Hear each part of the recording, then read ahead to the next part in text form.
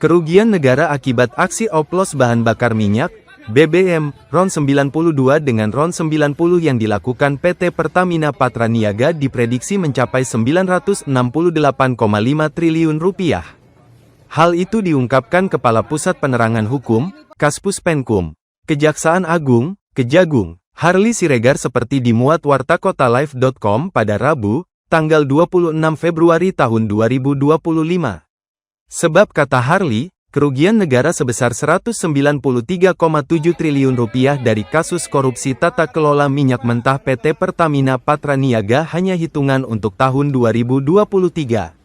Jika ditarik mundur ke belakang, menurut Harly jumlah kerugian negara pasti fantastis. Menurut Harly, tempus delikti atau rentang waktu terjadinya tindak pidana korupsi itu antara tahun 2018 sampai tahun 2023, dan jumlah kerugian total negara belum dihitung. Bahkan, sambung Harly, kerugian negara untuk tahun 2023 baru hitungan sementara. Dia menjelaskan hitungan kerugian negara tersebut meliputi beberapa komponen seperti rugi impor minyak, rugi impor BBM lewat broker, dan rugi akibat pemberian subsidi. Jadi kalau apa yang kita hitung dan kita sampaikan kemarin, Senin, itu sebesar Rp193,7 triliun, perhitungan sementara ya, tapi itu juga sudah komunikasi dengan ahli, terhadap 5 komponen itu baru di tahun 2023, katanya dikutip dari program Sapa Indonesia Malam di YouTube Kompas TV, Rabu, tanggal 26 Februari tahun 2025. Harly mengungkapkan, jika dihitung secara kasar dengan perkiraan bahwa kerugian negara setiap tahun sebesar Rp193,7 triliun, maka total kerugian selama tahun 2018 sampai tahun 2023 mencapai Rp968,5 triliun. Jadi, coba dibayangkan, ini kan tempusnya tahun 2018 sampai tahun 2023. Kalau sekiranya di rata-rata di angka itu, Rp193,7 triliun setiap tahun, bisa kita bayangkan kerugian negara sebesar itu, katanya. Harly menyebut pihaknya saat ini juga tengah fokus menghitung kerugian negara dari tahun-tahun 2018 sampai tahun 2023 terkait kasus mega korupsi ini. Dia mengatakan penyidik Kejagung turut menggandeng ahli untuk melakukan perhitungan kerugian negara. Kita ikuti perkembangnya nanti, ujarnya singkat. Harly menjelaskan temuan kasus dugaan mega korupsi ini berawal dari keluhan masyarakat di beberapa daerah terkait kandungan dari bahan bakar minyak, BBM, jenis Pertamax yang dianggap jelek. Setelah adanya temuan tersebut, Harly mengungkapkan pihaknya langsung melakukan kajian mendalam. Kalau ingat beberapa peristiwa di Papua dan Palembang terkait dugaan kandungan minyak yang jelek. Ini kan pernah mendapatkan respons luas dari masyarakat kenapa kandungan Pertamax yang begitu jelek, jelasnya. Selain itu, ada pula temuan bahwa pemerintah menganggarkan subsidi terkait BBM yang dirasa janggal yang ternyata akibat kelakuan para tersangka. Sampai pada akhirnya, ada liniernya atau keterkaitan antara hasil-hasil yang ditemukan di lapangan dengan kajian-kajian yang tadi terkait. Misalnya mengapa harga BBM harus naik dan ternyata ada beban negara yang seharusnya tidak perlu, ucapnya.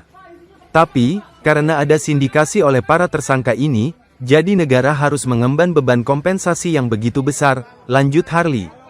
Dalam kasus ini, Kejagung telah menetapkan 7 tersangka dari kasus mega korupsi tersebut.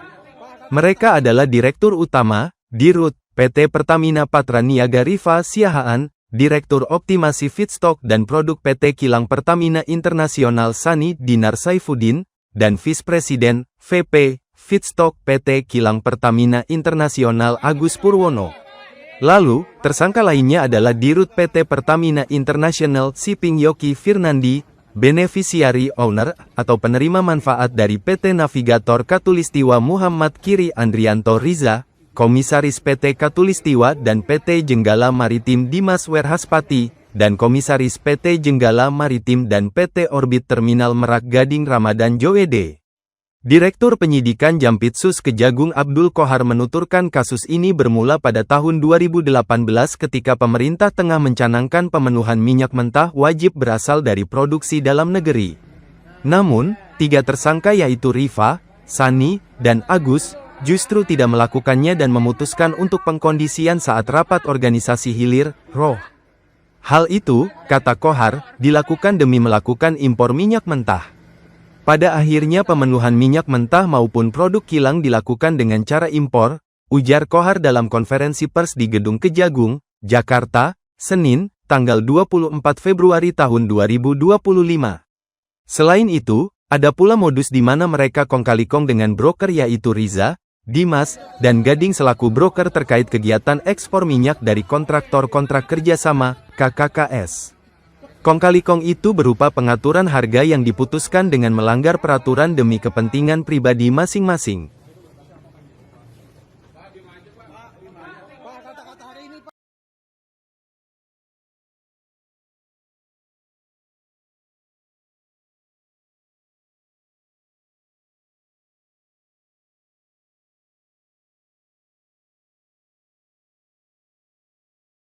Download Tribun X sekarang, menghadirkan lokal menjadi Indonesia. Terima kasih sudah nonton, jangan lupa like, subscribe, dan share ya.